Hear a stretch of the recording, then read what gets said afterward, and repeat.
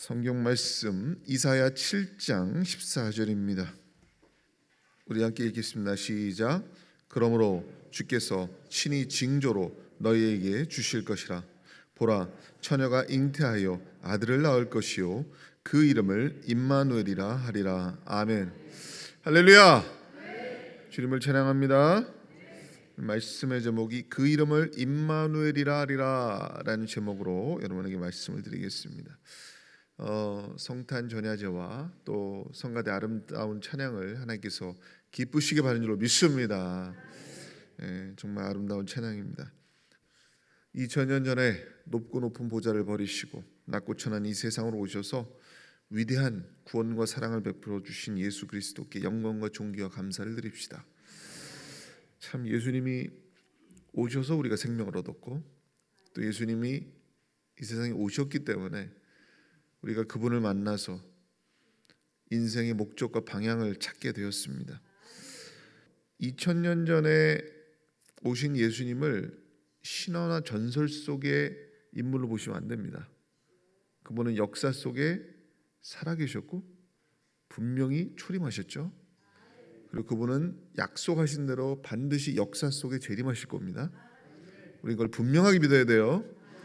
지금 대림절의 끝자락에 와 있습니다. 오늘 우리는 다시 오실 주님을 대망하는 겁니다. 따라합시다. 마라나타. 아멘. 주 예수여 오시옵소서. 할렐루야. 우리는 예수님의 이름을 세 가지로 크게 부르고 있습니다. 그분의 첫 번째 이름은 예수입니다. 예수. 예수는 어떤 뜻입니까? 자기 백성을 저희 죄에서 구원할 자, 이런 뜻이에요. 그 이름은 그분의 사역의 본질을 담고 있는 이름이죠. 우리를 죄에서 구원하러 오셨다. 그래서 우리가 찬양을 부를 때 우리를 죄에서 구하시려 누가 왔어요? 주 예수 십자가 지셨으니. 그렇죠? 네, 그 찬양을 부를 때마다 그 예수의 이름에 뜻이 담겨져 있다 이렇게 생각하고 부르시면 돼요. 둘째로 우리가 그분을 뭐라고 부릅니까? 그리스도 이렇게 불러요. 그리스도. 이거는 기름 부은 자 이런 뜻이죠. 그리스도는 헬라어고 히브리어로는 이걸 메시아라 그래요. 그래서 그리스도와 메시아는 같은 뜻인데 기름 부었다 이런 뜻이죠. 구약에서 누구에게 기름 붓습니까? 왕에게 기름을 부어요. 선지자를 세울 때 기름을 붓습니다. 제사장을 세울 때 기름을 부어요. 다윗 왕도 사무엘이 기름을 부어서 세웠어요. 기름 부어서. 그러니까 뭐야? 하나님이 구별하셨다 이런 뜻이에요. 심지어 이방 백성이었던 고레스 왕도 하나님이 기름 부었다 이런 표현을 합니다. 그래서 이사야 45장 1절에 나 여호와는 나의 기름 받은 고레스의 오른손을 잡고 열국으로 그 앞에 항복하게 하며 이렇게 돼 있어요.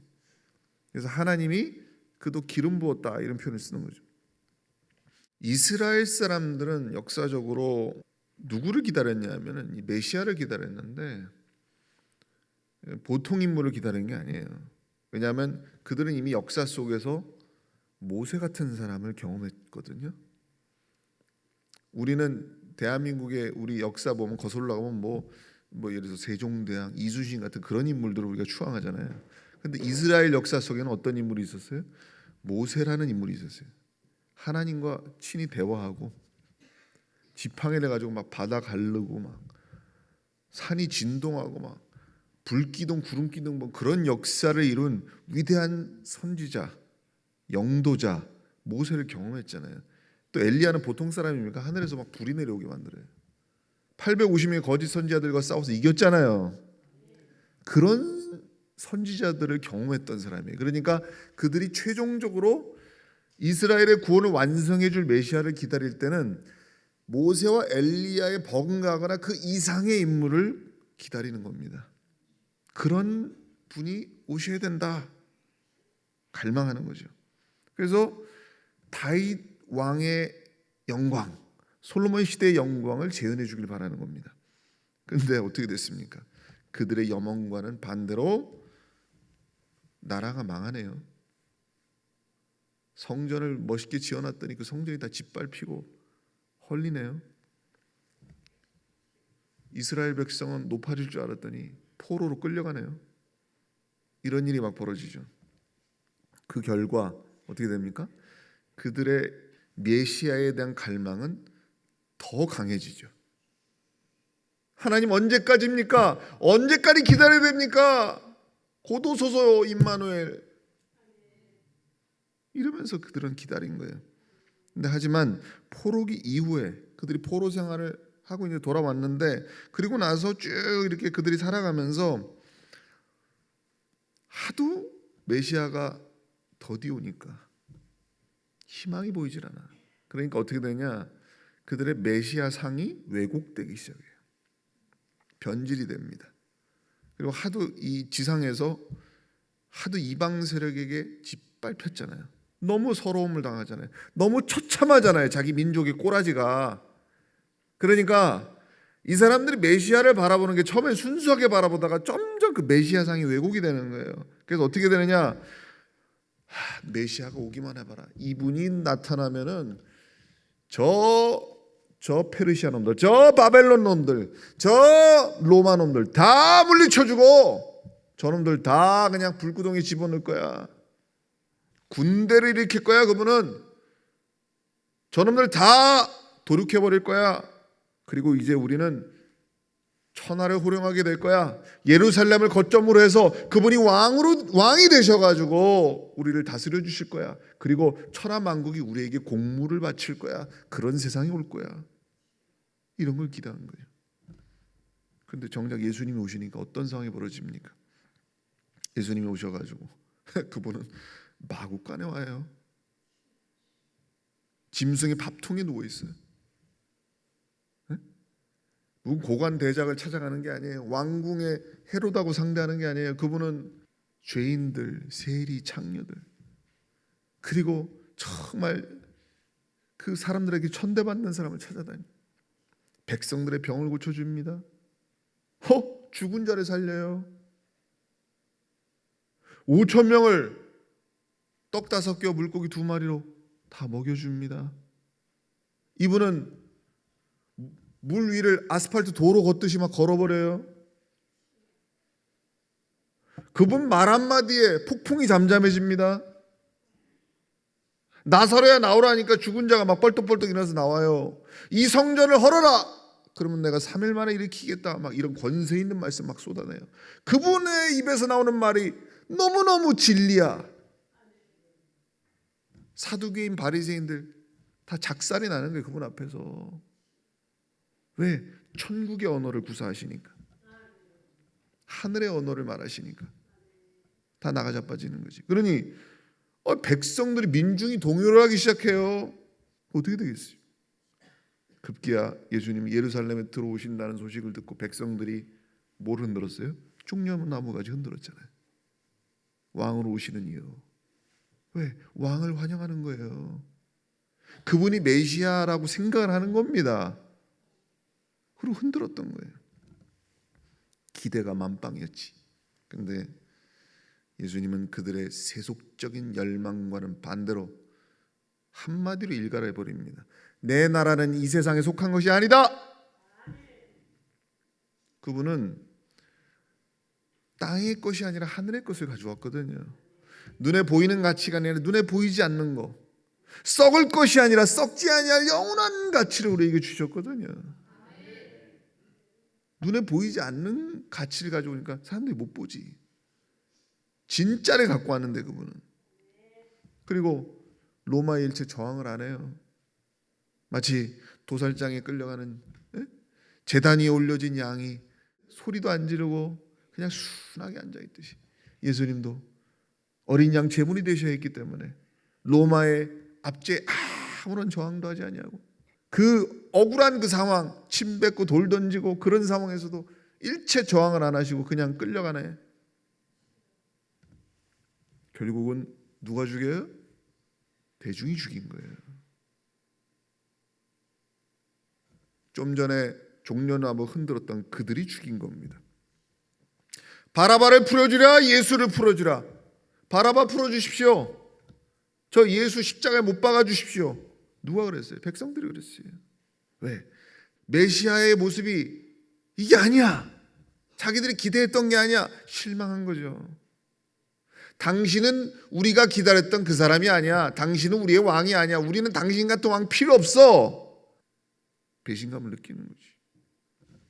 결국은 예수님을 십자가에 못 박아 죽입니다. 여러분, 우리가 여기서 교훈을 얻어야 될 게 뭐냐? 이처럼 잘못된 메시아 상을 갖게 되면요, 예수님을 2번 죽이는 사람이 된다는 것을 명심하셔야 돼요. 여러분이 예수님을 어떤 분으로 바라보느냐, 그래서 대단히 중요한 겁니다. 예수님을 내 원함과 내 목적과 내 욕망을 채워줄 분으로 바라보시지 마세요. 그렇게 바라보시면 안 됩니다. 예수님은 뜻이 하늘에서 이룬 것 같이 땅에서도 이루어지이다. 예수님은 이 세상에 오셔도 나는 내 아버지 뜻대로 행하고자 한다. 아버지의 뜻을 그대로 행하러 오신 거예요. 그분의 뜻을 세상에 나타내기 위해서 오신 거란 말이에요. 그래서 우리도 하나님의 나라와 의를 구하고 세상의 빛과 소금이 되고자 할 때에 비로소 우리는 주님을 제대로 아는 것이다, 이렇게 얘기할 수 있어요. 잘못된 메시아 상을 가지시면 안 돼요. 결국 예수라고 하는 이름은 그분의 사역과 인성과 역사성이 강조되는 이름이라고 한다면, 그리스도라고 하는 이름은 그분이 하나님의 아들이시고 하늘의 중보자시고 로고스 그 자체이시고 거룩한 자임을 드러내기 위한 이름이라고 할 수가 있어요. 그래서 여러분이 나는 그리스도인입니다 라고 할 때는 거기 무슨 뜻이 담겨져 있느냐? 예수님은 참 진리를 갖고 오셨습니다. 그분은 하나님의 아들이십니다. 인자이십니다. 그분은 나의 왕이십니다. 그분은 하나님과 나 사이의 중보자 되십니다. 나는 그걸 믿습니다 라고 하는 거와 똑같은 거예요. 그래서 나는 기독교인이라고 할 때는 그 말을 신중하게 사용하십시오. 그렇다면 오늘 세 번째 이름, 오늘 우리가 주목하고자 하는 세 번째 이름이 임마누엘입니다. 임마누엘. 성경은 메시아로 탄생한 아기의 이름이 뭐라 그랬어요? 임마누엘이다. 임마누엘. 그러니까 임마누엘이 무슨 뜻이에요? 하나님이 우리와 함께 하신다. 임, 그럼 함께예요. 마누, 우리, 엘, 하나님이시죠. 그래서 이 이름을 처음 언급한 사람이 누구냐? 구약의 이사야 선지자예요. 장차 하나님의 징조가 나타날 건데 어떤 처녀가 임마누엘이라는 이름의 아기를 낳는다는 겁니다. 이게 이사야 선지자의 예언이에요. 근데 이걸 가지고 이제 마태가 이 예언을 딱 뽑아가지고 그 예언이 바로 예수님을 두고 한 말이다, 이렇게 증거해주고 있어요. 자, 그러면 임마누엘이라는 이름이 왜 특별하냐? 그것은 임마누엘이라고 불리울 사람이 등장하려면 반드시 그가 처녀를 통해서 나와야 돼요. 그래서 이 이름이 특별한 거예요.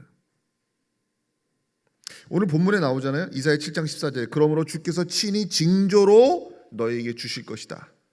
보라, 처녀가 잉태하여 아들을 낳을 것이요 그 이름을 임마누엘이라 하리라. 주께서 친히 징조로 주실 이름인데 그 임마누엘은 처녀가 잉태를 하지 않으면 이루어질 수 없는 이름이에요. 그러니까 임마누엘이라는 이름은 처녀가 반드시 붙어야 돼요. 이게 엮여져 있어요. 두 개가 딱 붙어져 있어요. 그러니까 그 조건이 충족이 안 되면 임마누엘이 안 되는 거예요. 이게 신기하죠? 여러분 성경에 보면은 기적적으로 아이를 갖게 된 사람들이 몇 사람 나오잖아요. 첫 번째로 여러분 잘 아시는 그 아브라함의 부인이었던 사라도 도대체 임신을 할 수가 없는 나이 아닙니까? 임신을 할 수가 없는 상황인데 하나님이 아브라함에게 내 안에 사라에게 아들이 있으리라 그랬을 때 사라도 피식 웃었어요. 하여튼 기가 막혀서 그 두 부부가 웃은 거예요. 그 정도로 불가능한 상황인데 하나님이 태를 여시니까 이삭이 나온 거예요. 다음은 삼손입니다. 삼손은 단지파 사람 마노아가 있었는데 그의 부인도 임신이 불가능한 상태였어요. 그런데 하나님의 사자가 태를 여시니까 삼손이 태어나게 된 거예요. 다음으로 한나입니다. 한나가 불임으로 절망에 빠졌을 때 그녀가 하나님의 성전에 나와서 눈물 뿌려 기도했습니다. 그때 하나님이 태를 여셔서 누가 나왔어요? 사무엘이 나왔어요. 마지막으로 세례 요한입니다. 제사장 사가랴에게 하나님의 사자가 아들을 낳을 것이라고 했는데 사가랴가 아까 뭐라 그러면 아까 선극에 나오죠. 하나님 나는 늙고 내 아내도 늙었습니다. 믿음 없는 소리 했다가 하나님이 확 그를 벙어리로 만들어 버리잖아요. 그래서 세례 요한이 태어날 때까지 벙어리가 됐어요. 그러니까 여러분 여기서 무슨 교훈을 얻어야 돼요? 따라합시다. 믿음 없는 말을 하지 말자. 따라합시다. 거기에는 대가가 따른다. 예수 안 믿는 사람은 믿음 없는 소리 하는 게 정상이니까 그냥 그건 아무 대가가 없어요. 근데 예수를 믿는다는 믿음 있는 사람이 믿음 없는 소리를 하면 거기는 대가가 따라와요. 왜? 하나님이 싫어하시기 때문에. 그러니까 여러분이 입을 잘 놀려야 돼요. 여기서 무슨 말이 나오는가 중요해요. 믿음의 말을 하세요. 사가랴가 하나님 무슨 아이입니까? 나는 늙고 뭐 이런데 하나님이 확 진노하면서 그냥 저주를 내려가지고 입을 막아버리 벙어리 만들어 버리잖아요. 그러니까 믿는 사람이 하나님 보시기에도 내가 멀쩡히 살아서 지금 역사하려고 하고 있는데 네가 날 불신해? 하나님을 망령되이 생각해? 그건 대가가 따라와요. 그러니까 믿음 있는 말을 하시기 바랍니다. 그러면 여기서 뭘 알 수 있어요? 결국은 엘리사벳이 잉태를 해가지고 세례 요한이 나오잖아요. 그럼 결국 뭐예요? 하나님은 불가능이 없다. 사람으로는 할 수 없어도 하나님으로는 다 할 수 있다. 그래서 여러분의 인생 삶 속에서도 하나님이 하시면 못하실 게 없어요. 그러니까 일단 우리는 믿음 없는 말을 자꾸 하지 말자 이거예요. 네, 믿음의 말을 합시다. 근데 자 생각해 보세요. 이렇게 기적적으로 아이를 갖게 된 케이스가 아무리 많다고 하더라도 예수님과는 비교 불가해요. 비교 불가합니다. 왜? 예수님은 처녀의 몸에서 나왔으니까. 무슨 삼손의 부모가 어떻고 뭐 한나가 어떻고 이거 천 번 만 번 이런 케이스가 있다고 해도 예수님과는 비교 불가해요. 예수님은 가능성이 0.001%도 없는 거예요. 오죽하면은 뭐 물론 요셉과 마리아가 정혼한 사이긴 하지만은 마리아가 얘기했잖아요. 나는 남자를 알지 못하는데 어떻게 이런 일이 있을 수 있습니까? 불가능한 거거든. 처녀의 몸에서 어떻게 아이가 나와? 말 자체가 안 되는 거예요. 처녀의 잉태라고 하는 것은 남자와 상관이 없이 아이가 생기는 거니까 이거는 잘 들으세요. 굉장히 오늘 신비한 얘기를 하는 겁니다. 남자가 없이 아이가 생기는 거니까 이거는 사람을 통해서가 아니라 어디선가 밖으로부터 생명이 와서 심겨져야 돼요. 그러지 않고 이게 불가능한 거예요. 그러면 왜 이 방법을 쓰냐 이 말이에요. 남자가 없이 밖에서부터 외부에서부터 뭔가 와서 씨가 심겨지는데 그럼 이 징조가 상징하는 게 뭐냐 이거예요. 왜 이 방법을 쓰냐. 하나님이 인간이 되시는 방법이 왜 이 방법이냐.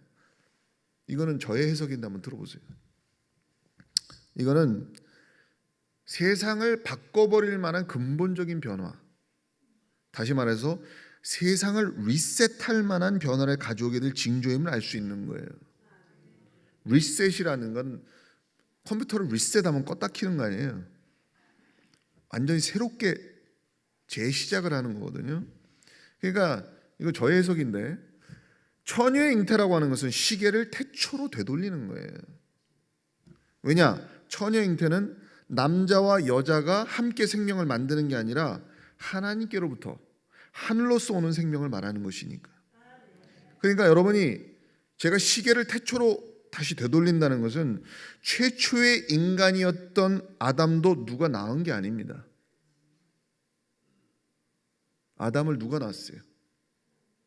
엄마가 없잖아요. 아담은 엄마가 없습니다. 하나님이 직접 흙을 빚어다가 그분이 토기장이니까 빚어다가 자기 호흡을 넣으니까 바로 생명이 돼요. 살아 움직여요 이게. 그게 아담이잖아요. 아담은 엄마가 없어. 그러니 예수님이 탄생한 그 상황은 시계를 태초로 되돌렸다 이 말이에요.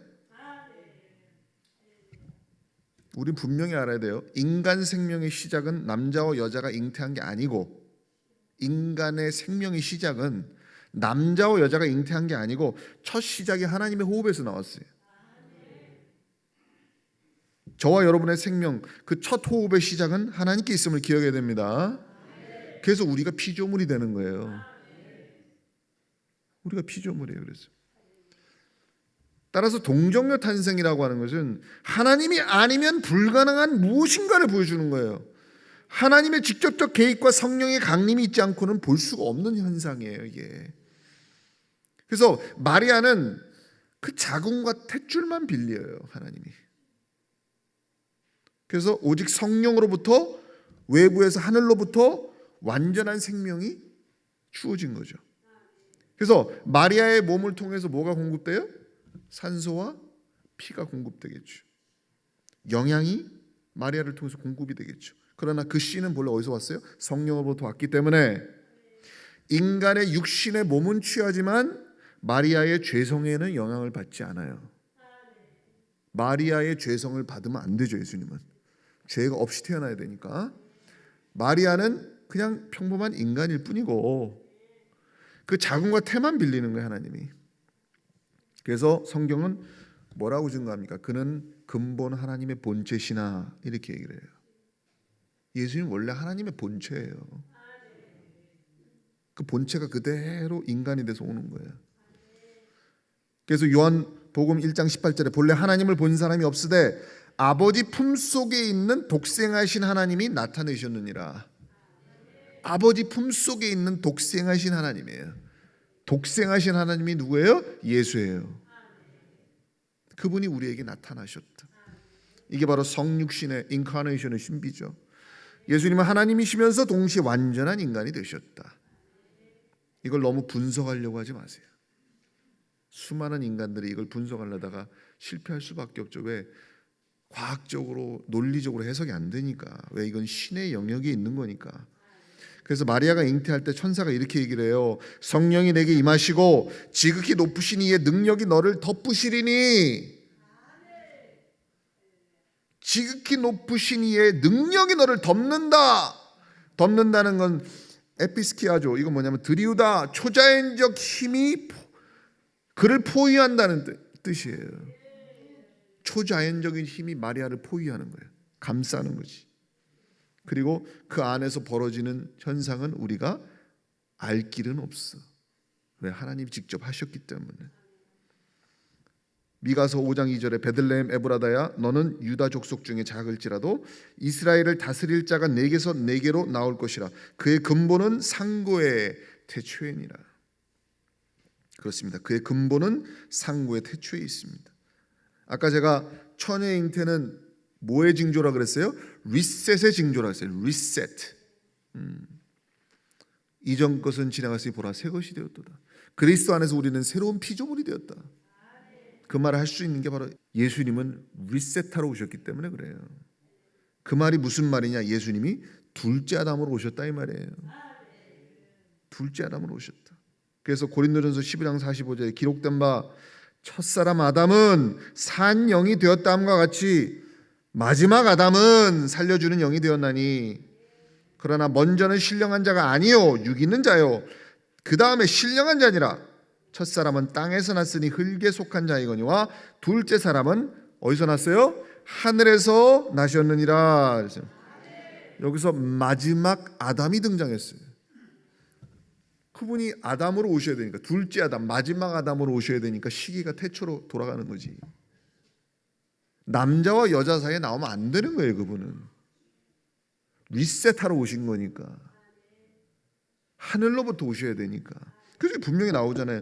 땅에서 난 사람이 아니다는 거예요. 하늘에서 났다는 거예요. 그래서 이 세상에 두 가지 부류가 있는 겁니다. 지금 여러분은 지금 하나의 부류로 형성하고 있는 거예요. 예수를 모르고 지금 사망의 길로 가고 있는 사람은 첫째 아담의 계보를 따라가는 거예요.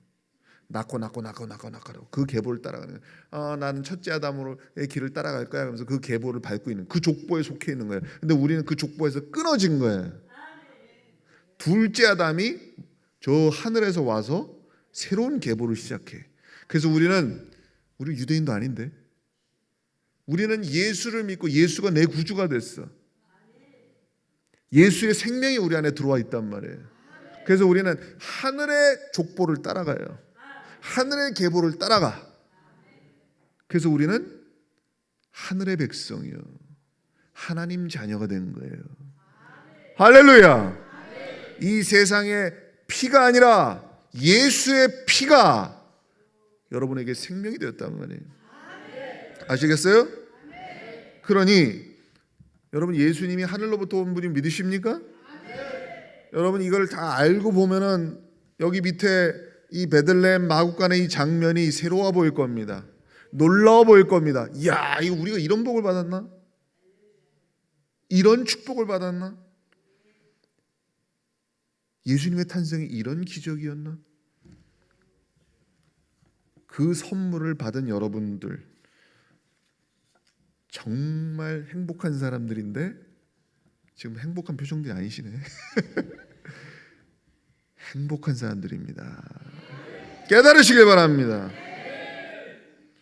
그래서 오늘 본문에 나오듯이 동정녀 탄생과 임마누엘이라는 이름이 함께 엮여 있다. 임마누엘은 처녀 잉태가 아니면 나올 수가 없는 이름으로 엮여 있다. 안타깝게도 근데 많은 사람이 이 동정녀 탄생을 믿지 못함으로써 예수를 못 믿겠다는 사람이 많이 나와요. 과거 제가 한때 한번 얘기한 적도 있죠. 제가 택시 운전사하고 대화를 하다가 전도를 하다가 이제 기독교에 대해서 얘기를 하다가 그 택시 운전사 그 양반이 하는 얘기가 나는 도저히 못 믿겠다 이거예요. 기독교에서 주장하는 거 내가 안 믿어지는 건 딱 하나다. 뭐냐? 아니 도대체 처녀가 잉태됐다 그게 말이 되느냐 하면서 자기는 그래서 예수 못 믿겠다는 거예요. 그렇게 얘기하는 사람 제가 봤거든요. 최근에 그 불교의 유명한 승려 중에 법륜이라는 중이 있어요. 이 사람이 언론과 인터뷰에서 하는 얘기가 자기가 어릴 때 교회 갔었던 적이 있다는 거예요. 근데 거기 갔더니 거기서 처녀가 잉태해서 아이를 낳았다 그러더래. 그래서 자기가 이해가 안 갔다는 거예요. 그 무신론자들은 당연히 그럴 수 있다고 치고 예수를 믿고 성경에 구원이 있다고 믿는 사람들은 어떨까요? 미국에서 최근에 그 여론조사를 했을 때 미국의 개신교인의 87%가 동정녀 탄생을 믿는다고 대답을 했어요. 그러면 13% 안 믿는다는 게 되는 거 아닙니까? 그럼 이 사람들은 예수를 제대로 믿는 게 아니죠. 예수가 좋은 분이고 예수가 메시아, 그 메시아인 거 알려면은 이 동정녀 탄생을 믿어야 돼요. 이게 안 믿어지면 성경 전체가 안 믿어지는 거하고 똑같은 거예요. 언젠가 제가 이런 얘기를 본 적이 있는데 남편과 아내가 있어요. 두 부부가 있는데 남편은 예수를 잘 믿어. 믿음에 확신이 있어요. 근데 이 여자가 와이프가 예수를 못 믿겠는 거예요. 그 이유 중에 하나가 남편한테 투덜대는 겁니다. 아이, 하나님이 어떻게 인간이 돼? 신이 어떻게 인간이 사람이 돼? 나는 그거 안 믿어져. 이러더라는 거예요. 근데 그때 그리고 집에 들어왔는데 그때 그 집에 문 앞에 펼쳐지는 광경이 그 겨울이라 눈이 수북히 쌓였는데 새들이 몇 마리가 푹 그냥 날라와가지고 그 집 문 앞에 앉아가지고 막 먹이를 찾고 있는 거예요. 근데 눈이 쌓여 있으니까 먹이를 찾지 못해가지고 여기저기 이제 다니고 헤매고 있는 거죠. 그러니까 남편이 새들이 이제 몰려 있으니까 얼른 가져다가 먹이를 가져다가 문 앞으로 다가가서 확 뿌려주는 겁니다. 뿌려주는데 새가 어떻게 돼요? 푸드툭 날아가는 거죠. 왜? 사람이 다가오니까 겁나서 도망가는 거지. 남편이 이렇게 얘기를 합니다. 야, 나 너네들 해치려고 그런 거 아니야. 너네들 먹이 주려고 그런 거야. 이거 먹어야 너 살 수 있지 않냐. 도망가지 마. 그렇게 얘기를 하고 있는데 순간 이 남자의 머릿속에 깨달음이 생기는 거예요. 저 새가 내 말을 알아들을 리가 없지. 내가 새가 되지 않고서는 나의 뜻이 저들에게 전달될 방법이 없구나. 이런 생각을 하게 된 겁니다. 그 순간 남편의 마음에 깨달음이 생기면서 하나님이 인간을 너무너무 사랑하시고 구원하기 원하시는데 인간은 하나님의 마음을 헤아리지 못하고 그 품을 떠나버리는구나. 하나님에게서 도망갔구나. 결국 인간이 스스로 하나님의 뜻과 사랑을 헤아릴 수 없는 존재이기 때문에 하나님이 친히 인간이 되셔야만 했던 것이구나 라는 것이 생각이 났다는 거예요. 하나님이 친히 인간이 되셔서 자신의 사랑을 저 십자가를 통해서 우리에게 알려주셨구나. 이게 깨달아졌다는 거지. 여러분, 임마누엘의 사랑이라고 하는 거, 하나님이 인간이 되신 사랑, 이거 놀라운 겁니다. 저와 여러분이 어떤 사랑을 받았는지를 깊이 깨닫게 되길 바라요. 이 세상에 사랑받는 것처럼 행복한 게 또 어디 있겠습니까? 우리는 사랑을 갈구하는 존재죠. 노래도 있잖아요. All you need is love. 그게 제일 중요하다는 거예요. 필요한 건 사랑뿐이다. All you need is love. 세상은 사랑을 갈구해요. 우리 1차적으로 부모의 사랑을 받고 자랍니다. 그 사랑이 너무 절대적이고 크고 위대하기 때문에 그 부모의 사랑을 못 받고 자라면 그 인생과 인성에 문제가 생길 수밖에 없는 게 인간이에요. 다음으로 이성 간의 사랑입니다. 이성 간의 사랑. 서로 사랑하고 사랑받고 싶은 마음이 얼마나 큰지, 이 세상에서 노래를 만들었다면, 띵가띵가 노래를 만들었다면 90%가 다 사랑 노래네. 생각해 보세요. 노래들 다 작곡 작사했다면 다 90% 이상, 99%가 아마 다 사랑 타령이에요. 무슨 연인이 죽고 못 사는 얘기들, 그런 얘기만 하는 거지. 나이가 어리건 젊건 늙었건 전부 다 사랑 타령이에요. 그런데 인간의 사랑이 완전하지 못하다는 걸 우리 너무너무 잘 알죠. 궁극적으로 우리가 지향해야 되는 건 뭡니까? 지향하는 게 뭐예요? 우리는 하나님의 사랑을 갈구해요. 하나님께 사랑받기 원해요. 인간이 할 수 있는 가장 위대한 사랑, 바울이 얘기했던 것처럼 그리스도를 아는 지식이 가장 고상하다. 근본적인 사랑은 하나님에 대한 사랑입니다. 태초에 잃어버렸던 사랑이 여러분의 영혼이 진짜 갈망하는 사랑이에요. 여러분의 영혼은 하나님께 사랑받기 원해요. 오늘 여러분이 하나님께 사랑받고 있다는 확신이 어디서 생기죠? 바로 이 밑에 펼쳐진 이 장면, 임마누엘에서 시작되는 거예요. 이 사건에서부터 시작되는 거예요. 처녀가 잉태하여 아들을 낳으리니 그 이름을 임마누엘이라 하리라. 하나님이 우리를 사랑하신다는 것에 대한 가장 강력한 표적이거든요. 이게 예수님이에요. 사랑의 결정체죠. 그분이 사람이 돼서 왔으니까 우리를 구원하시겠다고.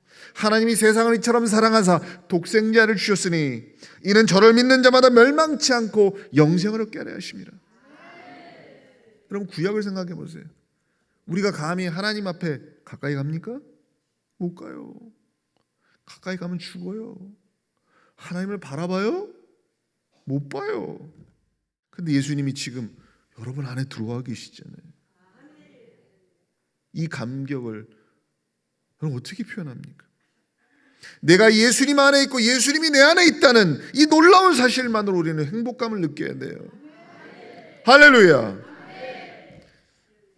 스웨덴의 신학자 중에 나이그렌이라고 하는 신학자가 있어요.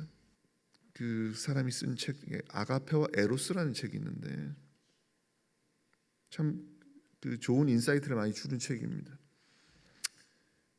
그는 기독교는 아가페의 사랑을 나타낸다 이렇게 정의를 하고, 히랍의 종교들, 다른 세상의 종교들은 에로스 사랑으로 정의를 합니다. 그리고 유대교는 노모스 사랑을 나타낸다. 노모스라는 건 율법을 얘기하는 거거든요. 노모스 사랑을 나타낸다 이렇게 정의를 하는데, 우리가 이제 에로스 사랑을 얘기할 때는 우리가 에로틱하다 그러면 약간 뭐 성적인 그런 얘기, 그런 끌림 뭐 이런 걸 얘기하잖아요.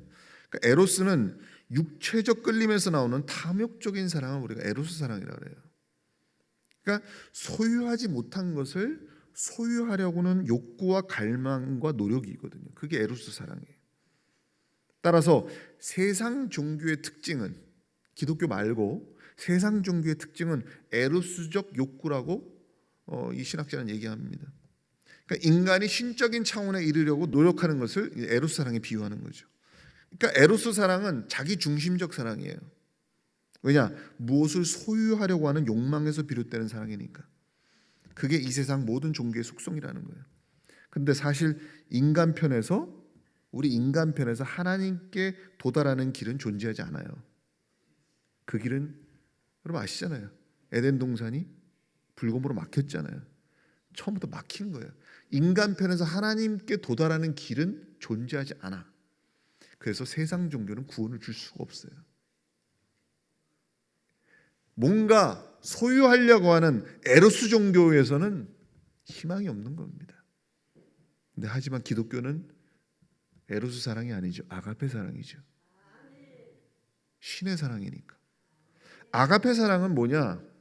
아까 에로스 사랑은 뭔가 내가 획득하려고 하는, 소유하려고 하는 사랑인데, 이 아가페 사랑은 뭐예요? 위로부터 내려온 사랑이에요. 에로스 사랑이 찾아가는 사랑이라면 아가페 사랑은 찾아오신 사랑이에요. 에로스 사랑은 가치를 부여하고 사랑이 돼요. 근데 아가페 사랑은 무조건적으로 사랑함으로써 가치를 부여하십니다. 하나님 스스로 인간을 만나러 오신 사랑이 그래서 위대한 거예요. 그래서 종교개혁의 가장 중요한 의미 중 하나가 뭐냐? 기독교가 인간 중심의 종교에서 다시 하나님 중심적인 종교로 돌아간 거예요. 기독교의 사랑은 획득적 사랑이 아니라 하나님이 베푸시는 사랑입니다. 획득되는 사랑이 아니에요. 하나님의 사랑은 너무 크고 무한하고 너무 놀라워서 인간이 감히 획득할 수 있는 사랑이 아니에요. 소유하고 욕망으로 얻어질 수 있는 사랑이 아니야. 일방적으로 그분이 주시지 않으면 얻을 수 없는 사랑이에요. 그게 하나님의 아가페 사랑의 본질이라는 거예요. 예수님이 이 세상에 오셔서 우리에게 말씀하시는 나는 길이요 진리요 생명이다. 예수님이 자기가 길이라는 거 아니에요? 그러면 그 말씀하신 것은 그분이 우리에게 직접 오심으로써 그 길을 직접 만드신 분이기 때문에 그 말을 하는 겁니다. 내가 길이라는 말을 하는 거는 그분이 직접 길을 내려와서 만든 거예요. 불가능한 길을 하나님 여셨다 이 말이지. 따라서 아까 말했잖아요. 인간 편에서 하나님께 가는 길은 이미 막혔었다. 그게 구약이잖아요. 에덴 동산은 이미 차단된 거라고. 생명나무로 가는 길이 이미 차단된 거란 말이에요. 따라서 모든 종교들이 다 인간 편에서 뭔가를 내세우잖아요. 공로, 무슨 어떤 노력, 뭐 이런 거 내세우는 종교는 전부 에로스적인 종교예요. 진짜가 아니야. 기독교는 도닦고 수행하고 착하게 살아야 돼, 뭐 살아야 돼, 이러면 구원돼. 이런 행위가 목적인 종교는 전부 에로스 종교예요. 우리는 아무 공로 없이 일방적으로 한마디로 뜬금없이 내가 계산할 수 없는 상황에서, 측량할 수 없는 상황에서 일방적으로 하나님의 사랑이 우리를 찾아온 거예요. 이 놀라운 겁니다. 하나님이 우리를 사랑하시고 낮고 천한 곳으로 찾아오신 그 위대한 사랑을 우리가 믿어야 돼요. 우리가 믿어야 될 게 그거라고. 그 놀라운 사실을 믿어야 돼. 놀랍지 않은 사실을 믿으라는 게 아니고 놀라움과 그 경이로움을 믿어야 돼요. 우리의 구원과 하나님과의 사랑은 인간에게서 출발된 게 아니다. 전적으로 하나님의 은혜임을 기억해야 돼요. 따라하십시다. 찾아오신 사랑. 네, 그렇습니다. 찾아오신 사랑. 하나님이 우리와 함께 하신다. 그게 찾아오신 사랑이에요. 그러니까 이 임마누엘이라는 단어를 빼면 제가 이제 깊이 묵상하면서 생각한 게 뭐냐, 이 우리 신앙 전체가 붕 떠버려. 예수 믿는다 뭐 몇십 년 됐고 다 소용없는 거고, 임마누엘의 그 깊은 뜻을 성찰하고 그 감격을 못 누리면요, 그게 믿어지지 않는다고 한다면, 하나님이 우리와 함께 한다, 지금 나와 함께 하신다는 게 믿어지지 않으면 신앙은 붕 뜨는 거예요. 아무것도 아니에요. 그 정도로 임마누엘이라는 이름이 중요한 겁니다. 그래서 예수님이 마지막 부활 승천하실 때 끝까지 임마누엘을 말씀하시잖아요. 마태복음 28장 20절에 시작. 볼지어다 내가 세상 끝날까지 너희와 항상 함께 있으리라 하시니라. 아멘.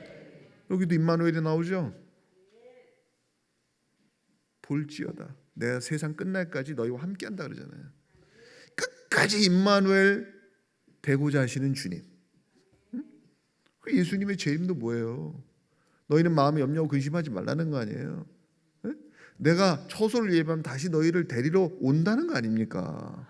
혼자 두지 않겠다는 거 아니에요? 그 중간에 지금도 마찬가지. 하나님 우리 혼자 두셨습니까? 아니에요. 보혜사 성령을 보내셔서 그리스도의 영이 여러분 안에 있잖아요. 우리 혼자 아닙니다. 그러니까 종말의 그 때까지 끝까지 우리는 임마누엘 속에 들어가 있다. 그러니 하나님 그 임마누엘을 깊이 묵상하면 그게 너무 감동이 돼가지고 우리가 이런 고백이 나와야 되는 거야. 하나님 임마누엘 하나님을 믿습니다. 하나님이 나와 함께 하시기 때문에 나는 외롭지 않습니다. 하나님이 함께 하시니까 나는 모든 걸 할 수 있습니다. 하나님이 함께 하시니까 저는 넘어져도 일어설 수 있습니다. 하나님이 함께 하시니까 저는 죽어도 갈 곳이 있습니다. 주님은 반드시 저를 데리러 오실 겁니다. 이게 믿어주셔야 돼요. 이게 다 임마누엘의 믿음으로 나오는 확신이죠. 말씀을 정리합니다. 우리에게 임마누엘이 이루어지기까지 예수님이 보여주신 5가지 성품을 여러분 기억하십시오. 첫 번째, 그분은 겸손하셨습니다. 극도로 자신을 낮추셨어요. 그분이 세상에 오셨다는 것 자체가 얼마나 자신을 낮추신 것인가. 그래서 마태복음 11장 29절에 나는 마음이 온유하고 겸손하니 내 멍에를 메고 내게 배우라. 나는 마음이 온유하고 겸손하다. 그분 자체 겸손이 그분의 성품이에요. 두 번째, 그분은 포기하셨습니다. 보좌를 버렸어요. 예수님이 이 세상에 오셔서 부귀영화를 누리셨습니까? 권세, 명예 그런 거 취하셨습니까? 아니에요. 그분은 그러실 필요도 없죠. 오히려 자기를 극도로 비하시키셨어요. 이를 내게서 빼앗는 자가 있는 것이 아니라 내가 스스로 버리노라. 요한복음 10장 18절의 말씀이죠. 내가 스스로 버리노라. 이게 뭐예요? 그분의 성품, 포기하심이에요. 포기하심. 세 번째, 그분은 사랑을 갖고 오셨죠. 사람들을 사랑하시되 끝까지 사랑하시니라. 요한복음 13장 1절의 말씀입니다. 우리를 사랑하시되 끝까지 사랑하십니다. 네 번째, 그분의 성품은 희생이었어요. 십자가의 피를 흘리시면서 자신의 살과 피를 우리에게 양식으로 내어주셨습니다. 우리는 그분의 살과 피를 먹는 사람들이. 그분의 희생이 없이 이게 됩니까? 다섯 번째, 그분은 용서를 갖고 오셨어요. 무한한 포용, 무한한 긍휼을 갖고 오셨어요. 내가 의인을 부르러 온 것이 아니요 죄인을 부르러 왔노라. 마태복음 9장 13절의 말씀이죠. 그분은 죄인을 부르러 오셨다. 그래서 겸손하심, 그분의 포기하심, 그분의 사랑하심, 그분의 희생하심, 그분의 용서하심, 이 5가지 성품 우리가 깊이 살피고 우리도 이 성품을 기억하고 닮아가는 여러분 되시기를 축원합니다. 요한복음 1장 14절에 말씀이 육신이 되어 우리 가운데 거하심에 우리가 그 영광을 보니 아버지의 독생자의 영광이요 은혜와 진리가 충만하더라. 여기서 제가 밑줄을 그어놨습니까? 네, 여기 보면 말씀이 육신이 되어 이 말이죠. 이 말은 뭐 여러분 다 이해하실 겁니다. 하나님의 아들이 높은 곳에서 낮은 곳으로 오셨고 하나님이 인간이 되었다는 말이죠. 말씀이 육신이 됐다. 근데 이것만으로 구원이 성립이 안 돼요. 여기까지 그치면 기독교는 하나의 종교로 끝나는 겁니다. 근데 기독교는 종교가 아니죠. 생명이죠. 기독교는 생명입니다. 임마누엘이 실현되려면은 말씀이 육신이 되는데 그치면 안 되고 이어지는 말이 중요한 거예요. 바로 뭐예요? 우리 가운데 거하심에 거기까지 가야 되는 거예요. 이게 중요한 거예요. 그러니까 그분은 세상에 그냥 온 게 아니야. 목적이 있어요. 여러분 안에 거하러 오신 거란 말이에요. 그냥 베들레헴 마구간에 발 짚고 그냥 가시면은 무슨 의미가 있어요. 그분은 처음부터 목적이 여러분에게 있었다니까. 여러분에게 자신을 다 주시고 여러분 안으로 들어오셔서 여러분과 함께 영원히 거하시기 위해서 오신 분이에요. 그래서 말씀이 육신이 되어 우리 가운데 거하심에 이게 중요한 거예요. 그래서 요한복음 6장 56절에 내 살을 먹고 내 피를 마시는 자는 내 안에 거하고 나도 그 안에 거하나니 살아계신 아버지께서 나를 보내심에 내가 아버지로 인하여 사는 것 같이 나를 먹는 그 사람도 나로 인하여 살리라 그랬어요. 자, 요한복음 14장 20절에 그날에는 내가 아버지 안에 너희가 내 안에 내가 너희 안에 있는 것을 너희가 알리라. 자, 여기서 아까 6장 56절에 내 피를 마시는 자는 내 안에 거하고 나도 그 안에 거한다. 그리고 내가 아버지로 인하여 사는 것 같이 나를 먹는 그 사람도 나를 인하여 살리라. 이 말을 이렇게 여러분 가만히 이렇게 분석해 보시면은 하나님과 예수님이 한 몸이듯이 우리도 예수님과 한 몸으로 만드시겠다는 의도가 있어요. 그 생명의 구조를 만드는 거예요. 그러니까 뭐냐면 우리가 하나님의 생명싸개 속에 지금 들어와 있어. 그게 엔 그리스도야. 그리스도 아니라고 하는 거예요. 우리가 그리스도 안에 있다고 하는 건 생명 안에 들어와 있는 거란 말이에요. 그 생명의 구조라는 건 뭐냐면 예수님이 하나님과 하나 되었듯이, 그러니까 내가 아버지로 인하여 사는 것처럼 이런 표현을 하잖아요. 나를 먹는 그 사람도 나로 인하여 살리라. 그러니까 여러분 오늘 예배하고 예수님 먹고 있잖아요 지금. 네? 우리가 예수님의 살과 피를 지금 먹는 거 아닙니까? 이게 예배거든요. 이게 예배입니다. 우리의 신앙생활입니다. 그건 뭐예요? 예수님과 여러분을 탯줄로 연결하겠다는 얘기 아닙니까? 그 구조를 만드는 거예요. 그래서 우리가 신앙생활 한다는 건 뭐냐면 예수님이라는 분에다가 탯줄을 붙이고 사는 거예요. 그분께 모든 생명을 공급받고 그분에게서 우리의 존재 이유가 나오는 거고 그거의 탯줄에 딱 끊어지는 순간 죽는 거라 이 말이에요. 생명줄을 연결해 놓고 사는 게 예수 믿는 거예요. 깨달아지십니까? 그래서 그날에는 내가 아버지 안에 너희가 내 안에 내가 너희 안에 있는 것을 너희가 알리라. 이런 말을 하는 거예요. 이게 임마누엘이에요. 임마누엘이잖아요. 너희가 내 안에 내가 너희 안에. 하나님이 우리와 함께 하신다는 완벽한 구조를 만드시잖아요. 그러니까 이게 얼마나 신비하고 감격스러운 일인지 몰라. 그래서 저는 지난 일주일 동안 이 임마누엘이라는 이름에 젖어 살았어요. 너무 좋아. 너무 행복해.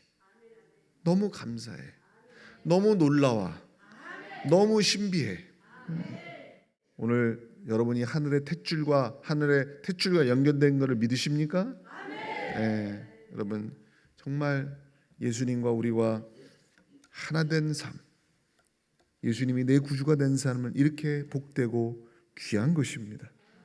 네, 영원한 생명을 우리는 이미 받고 누리고 있다는 걸 기억하시고 여러분이 이런 걸 생각할 때 다시 한번 오늘 세상을 리셋하러 오신 그 예수님의 그 탄생을 우리가 주목하면서 왜 하필이면 처녀 잉태인가? 그건 이유가 있는 것이다.